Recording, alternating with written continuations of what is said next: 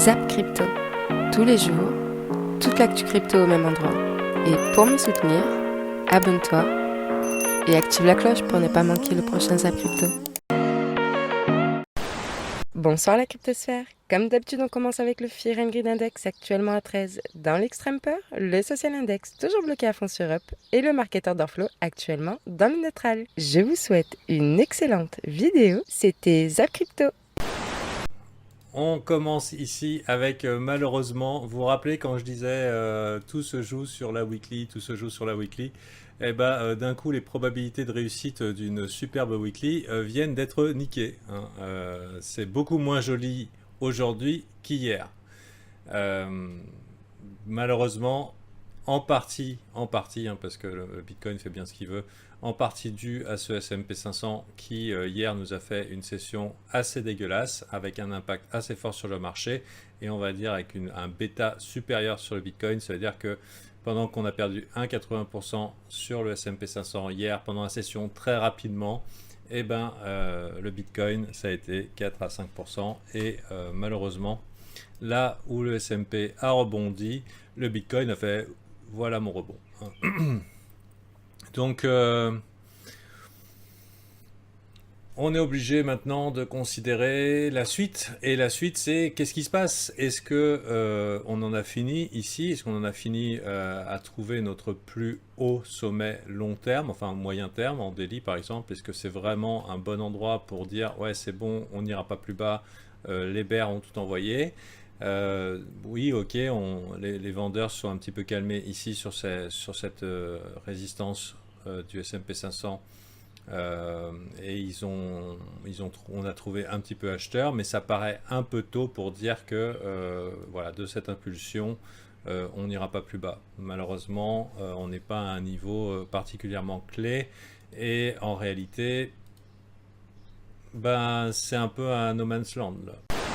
Au niveau du weekly, nous sommes toujours dans la grosse box verte ici que je vous ai matérialisée et vous allez voir normalement sur mes graphiques ils vont être un peu plus légendés et mieux structurés. En tout cas moi je trouve que ça ressort mieux à l'image. Vous me direz ce que vous en pensez en commentaire. Là vous voyez par exemple je vous ai mis à chaque fois dès que je mets un trait j'essaye de mettre sa signification comme ça. Si vous voulez screen ou si même pour suivre à l'écran je pense que ça sera plus agréable. Donc là grosse box verte. C'est le gros support au weekly. Pour l'instant, pour moi, on ne l'a pas cassé. On travaille à l'intérieur, comme au final ce que l'on avait fait durant l'été dernier. Donc, tant qu'on n'a pas vraiment des clôtures franches en dessous des 28 000 $, je pense qu'on restera dans cette box verte et on pourra considérer que le support des 30 000 tient bon. Là, pour l'instant, ce qu'on a cette semaine, ça partait bien. On avait enfin une semaine verte. Par contre, ce rejet, là, vous voyez, si on clôture dans l'état, ça sera clairement pas beau. J'espère avoir une réaction acheteuse d'ici la fin de la semaine et voir au minimum la résistance des 31 300 $ qui correspond à la clôture haute de cette bougie du 16 mai 2022. J'espère qu'on clôturera au-dessus pour avoir un minimum une reprise de force. Sinon, potentiellement on va venir revisiter le niveau des 25 300 $ et toujours pas donc de mouvement haussier hebdo, donc de swing haussier qui se mettrait en place. Maintenant, même si la bougie ici n'est pas parfaite, on constate clairement quand même un ralentissement ici des bougies. En général, les bottoms se posent toujours comme ça. Et on va ralentir la baisse et ensuite ça repart. C'est quand même assez rare les repousses comme ça en V-bottom. Donc c'est quand même encourageant ce qu'on est en train de constater là sur le Bitcoin. Même si je vous dis qu'au niveau du court terme, là, la mèche, ça c'est un petit détail négatif. Donc on a cassé la ligne de coup de la figure majeure, d'accord, on revient pas là-dessus. Voilà, là on cherche vraiment une petite structure, donc à savoir continuation ou dead cat, d'accord. Donc là a priori on est en train de former un possible bear flag qui est pas encore validé, d'accord. Donc pour l'invalider, il faut simplement casser la ligne haute qui se ferait au niveau des 32 500. Donc ça nous donnerait vraiment un signal effectif pour dead cat, d'accord. Donc on a montré les niveaux, donc 35 000 pour le premier niveau, 38 000 pour le support annuel et 41 000 vraiment pour le bas du flag, pour aller rechercher vraiment figure de retournement au-dessus ou en dessous de la ligne de coup vraiment de la figure et pour aller vraiment rechercher après la véritable zone de capitulation, d'accord. Donc invalidation générale si on venait à passer au-dessus du flag ici, à rentrer, donc ça se ferait sur les 42 000 ici.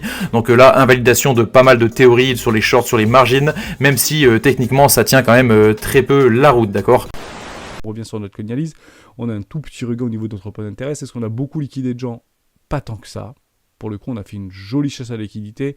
On a fait que 10 millions, 12 millions. Alors, c'est pas forcément en fait le montant qui nous intéresse, mais c'est plutôt en fait la forme et la dynamique. On voit toujours en fait que nos liquidations de longues sont toujours décroissantes. C'est ça qui est relativement intéressant. Tôt ou tard, on ira éclater les shorters. C'est probable, en tout cas, c'est ce qu'on va essayer de jouer dans ces targets de prix qu'on essaie de visualiser par rapport à ces gaps CME, etc. Mais bien évidemment, aucune certitude. Mais voilà, on a un tout petit peu dégonflé au niveau de notre open interest. On se retrouve quand même à 200 000 bitcoins actuellement leveragés sur ce marché. Donc oui, c'est pas forcément le chiffre qui est important, mais plutôt en fait la tendance. Et la tendance est assez explosive. On est passé de 168 000 bitcoins à plus de 200 000 bitcoins, voire 224 000 bitcoins.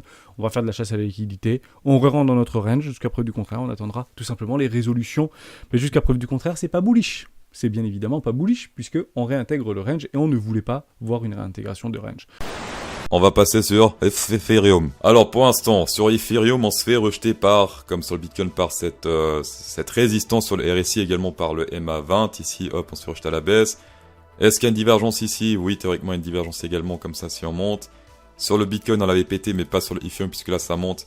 Ici, ça descend, voilà. Également ici, le trade de divergence, c'était mort, puisque il fallait qu'il clôture sous cette bougie-là pour confirmer la divergence, donc c'était un peu compliqué. Donc ici, c'était plutôt un trade à prendre en 4 heures. Et également, 4 Hour Candle, on voit le top de ce range duquel j'ai parlé avant-hier. Alors regardez, je vais vous montrer c'est quoi un pattern en Bart Simpson pour ceux qui ne l'ont pas vu. Vous le voyez, ici, on a un pump. Puis après, derrière, on a une sorte de latéralisation qui forme en fait le crâne du Bart Simpson. Et après, malheureusement, cette latéralisation, elle pète et on crash pour revenir chercher le niveau presque tout en bas, hein, regardez. Le niveau sur lequel on était quasiment avant le pump. Et quand on compare ça à notre figure du Bitcoin, donc ici, on avait le pump. Après, on a eu le crâne du Bart Simpson. Et malheureusement, on a cassé le crâne du Bart Simpson pour crasher, pour annuler complètement tous les profits qu'il y a eu depuis un certain temps. Et quand on compare, c'est vraiment ce qui s'est passé, hein. On a vraiment fait une figure en Bart Simpson. Donc le dollar index qui continue de rebondir, ça on en avait parlé, il y avait un potentiel rebond. Chose qu'on a eu, par contre je sais pas si j'avais mis le premier arrêt sur YouTube, je sais pas, mais bon voilà. 0,382, on y est venu, petite bougie rouge pour l'instant, à voir si c'est un simple dead cat bounce, si c'est un simple dead cat bounce, on va faire ça tout simplement et on va avaler le mouvement haussier, et donc on ira plus bas, et donc à ce moment-là on reviendra proche du chiffre rond des 100 points pour le dollar index. Par contre, si on casse les 0,382, on se donne rendez-vous au niveau des 103 points, 104 points environ pour le dollar index. Donc dans la zone de rechargement de short, ici, et là on verra si on est sur le début d'un top ou pas, depuis justement, enfin, suite à la future hausse des taux en Europe, hein, qui devra redonner de la force à l'euro. Et le dollar index, c'est le dollar contre un panier d'autres monnaies fiduciaires. Il faut savoir que l'euro représente 53% du calcul. Donc un euro qui est fort, ça fait dump un dollar index tout simplement. Et donc suite à la hausse des taux, si le dollar index commence à dessiner ça, bon bah l'euro sera assez fort contre l'USD pour pouvoir remonter au cours de l'année 2022. Donc un euro qui remonte contre le dollar. Dernière petite news très intéressante, Bitcoin, analyse one-chain. Peut-être que ça va être un gros billet psychologique de plus. 99% des holders court terme sont en perte. S'agit-il d'un signal d'achat, pardon. Alors c'était pas hier, c'était le 24 janvier 2022. 99% des holders court terme sont en perte. Partez du principe qu'ils le sont encore aujourd'hui. C'est très important ce que je vous dis. J'efface tout, vous avez compris un peu l'idée. Donc le 24 janvier, c'est ça, 24 janvier, je ne dis pas de bêtises. 24 janvier, pardon. Et on finira la vidéo là-dessus. Je trouve ça intéressant de vous en parler à chaque fois. 24 janvier, on y retourne. Hop, il était où? Voilà. Ici, exactement. Ok.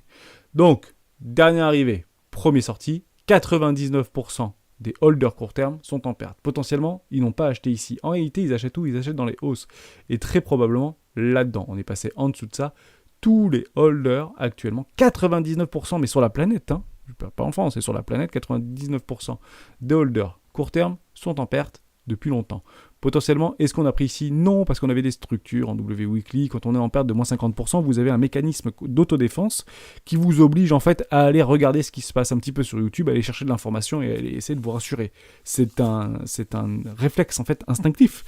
Et je peux vous garantir que ici on n'était pas bearish.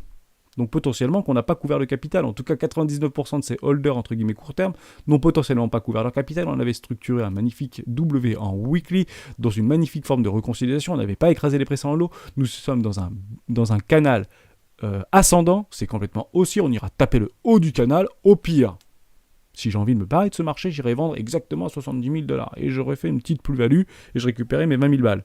Perdu.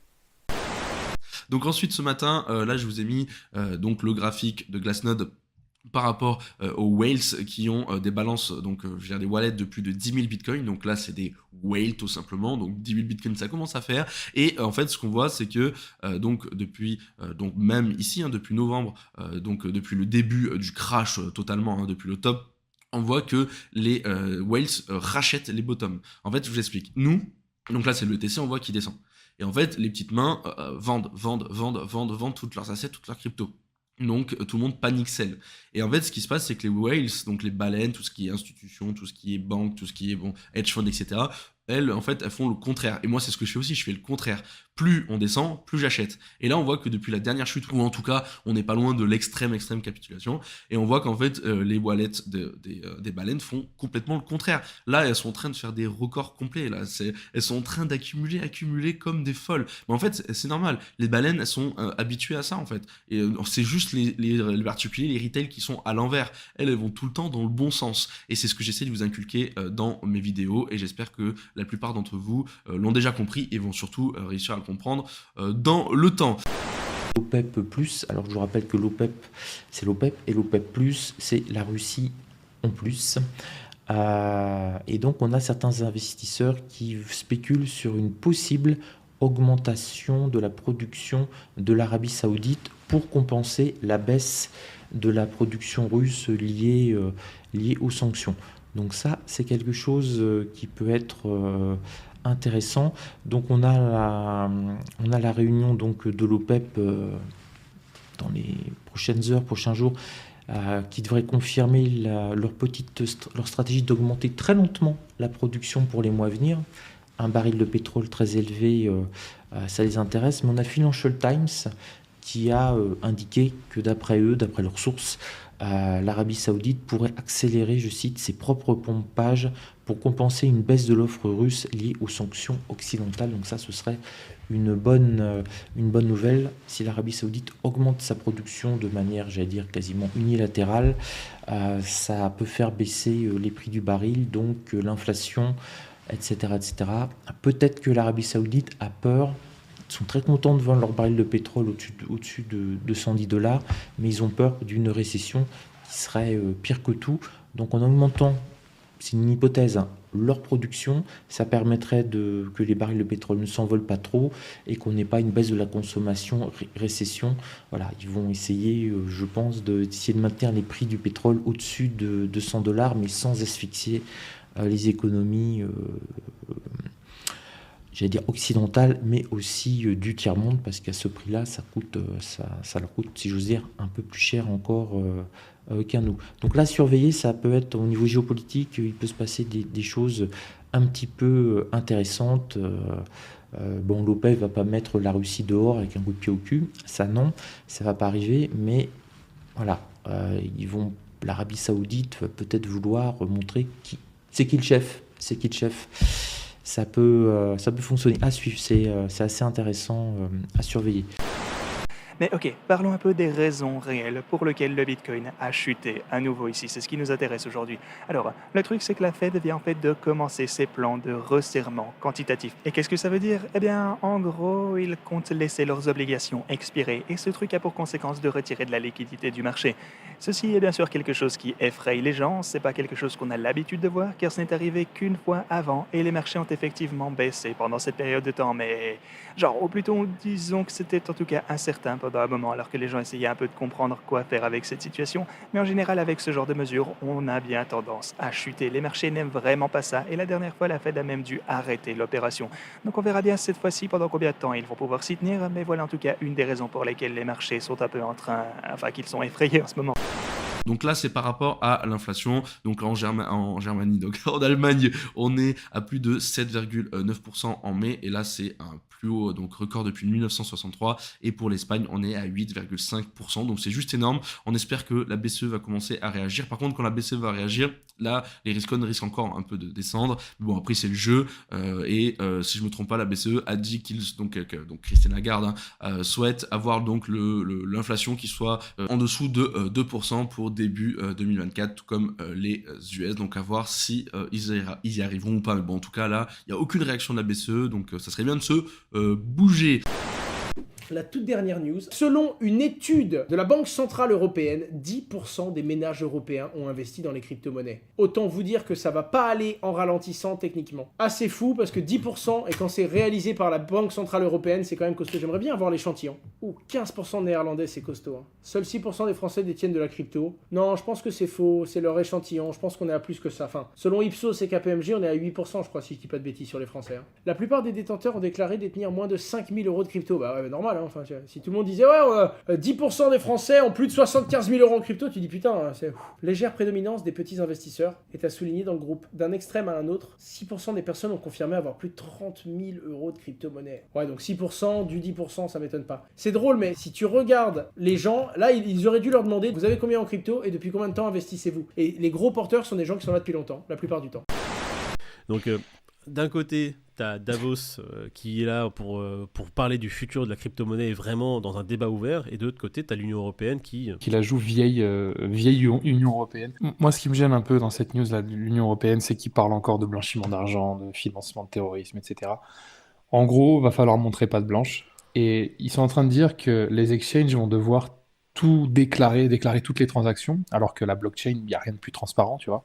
Mais tu sais, au début de la chaîne, on disait que la blockchain, c'était une révolution, et la révolution passe toujours par 3 phases, ridicule, dangereux, évident. J'ai l'impression qu'on est dans la phase donc dangereuse, clairement, et quand on écoute ce que tu viens de dire sur Davos, j'ai l'impression que ça devient de plus en plus évident aussi, tu vois. Donc on est vraiment à la croisée des chemins, tu vois.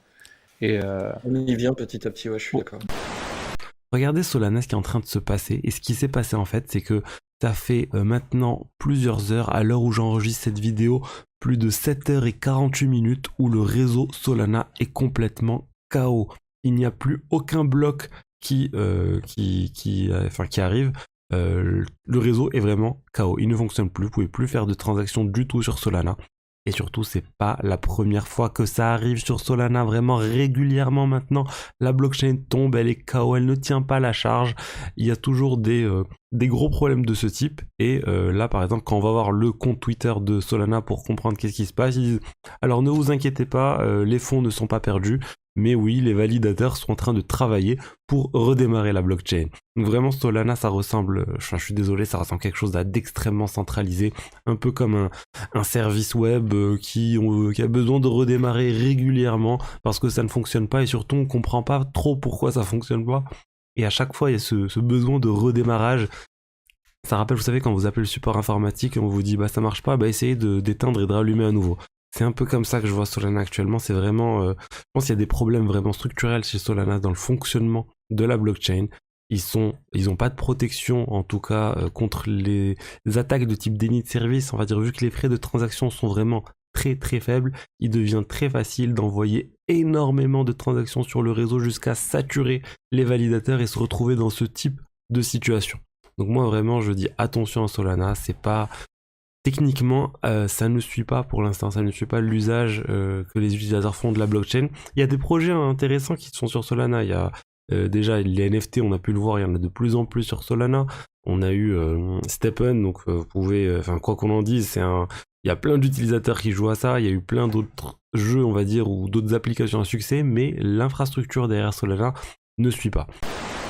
Au niveau des news maintenant, on a Binance Labs qui lance un nouveau fonds d'investissement de 500 millions de dollars. Et ça, c'est quand même très intéressant. Je regardais notamment 2-3 articles et aussi un YouTuber, Fidelix, qui disait qu'il y avait toujours de gros investissements qui se faisaient sur les crypto-monnaies, mais plutôt en cachette, pas directement dans les tokens. C'est pour ça que les tokens baissent de prix. Mais en fait, il y a une vraie demande et un vrai développement qui s'effectue en coulisses, et ça c'est quand même pas mal important parce que si on avait les tokens qui baissent et en plus de ça les entreprises et tous les fonds d'investissement qui ne croient plus en soi dans la blockchain et qui ne développent plus des projets, de futurs projets sur la blockchain, ça serait vraiment inquiétant. Là pour le coup ça nous montre que non.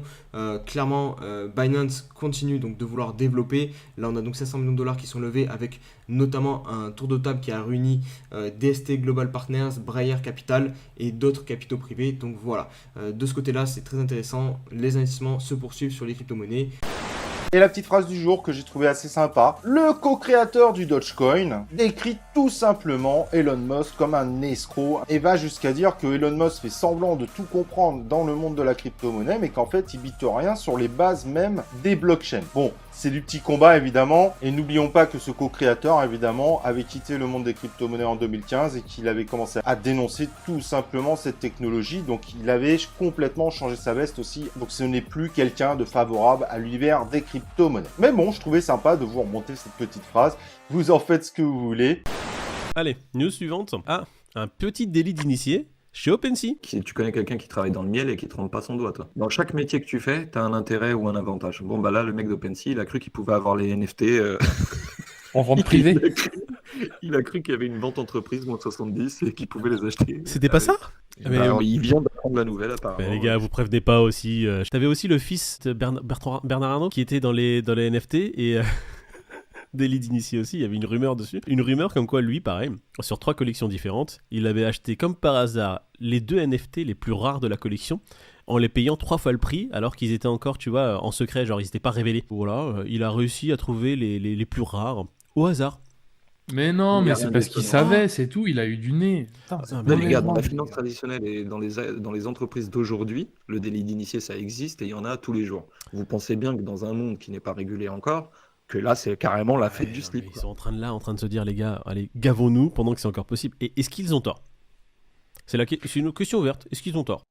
Enfin, si demain il y a Elon qui m'appelle parce qu'il va mettre en place un truc et que je le sais en avance, il y a de fortes chances pour que j'investisse quand même, hein, je vous le dis. Clairement, si demain Elon me dit à 14h demain je fais une éloge de ouf sur le Dogecoin, tu peux être sûr que dès maintenant, je mets 100K sur le Dogecoin et que à 14h02, je vends tout. Soit en passant, on avait fait un petit sondage aujourd'hui qui n'a aidé en rien à la prise de décision. Vous étiez à 50-50, bullish et bearish. Donc effectivement, pas de réel sentiment de marché. Vous étiez plutôt hésitant aujourd'hui.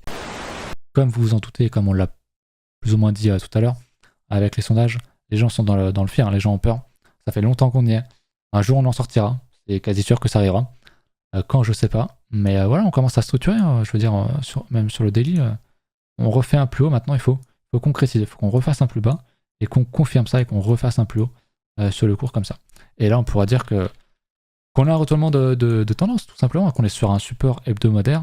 Donc, c'est bien d'avoir une structure ici et un funding négatif, etc. etc. Donc, ouais, j'aime bien ce que je vois, honnêtement, sur le marché crypto actuellement. Donc, ma nouvelle petite box, c'est la numéro 10540. On verra ce qui sera révélé à l'intérieur. Je vous retrouve donc très prochainement dès qu'on a la date de reveal pour un petit live et pour aller voir ce que j'ai pioché. Et j'espère que vous vous portez bien et qu'on se retrouve très bientôt. Encore une fois, abonnez-vous et à très vite. Bye. Alors, ce zap t'a plu? Dis-moi en commentaire quelle est l'actu qui t'a le plus intéressé. Et si tu as manqué les actus d'hier, retrouve juste ici le Zap Crypto de la veille.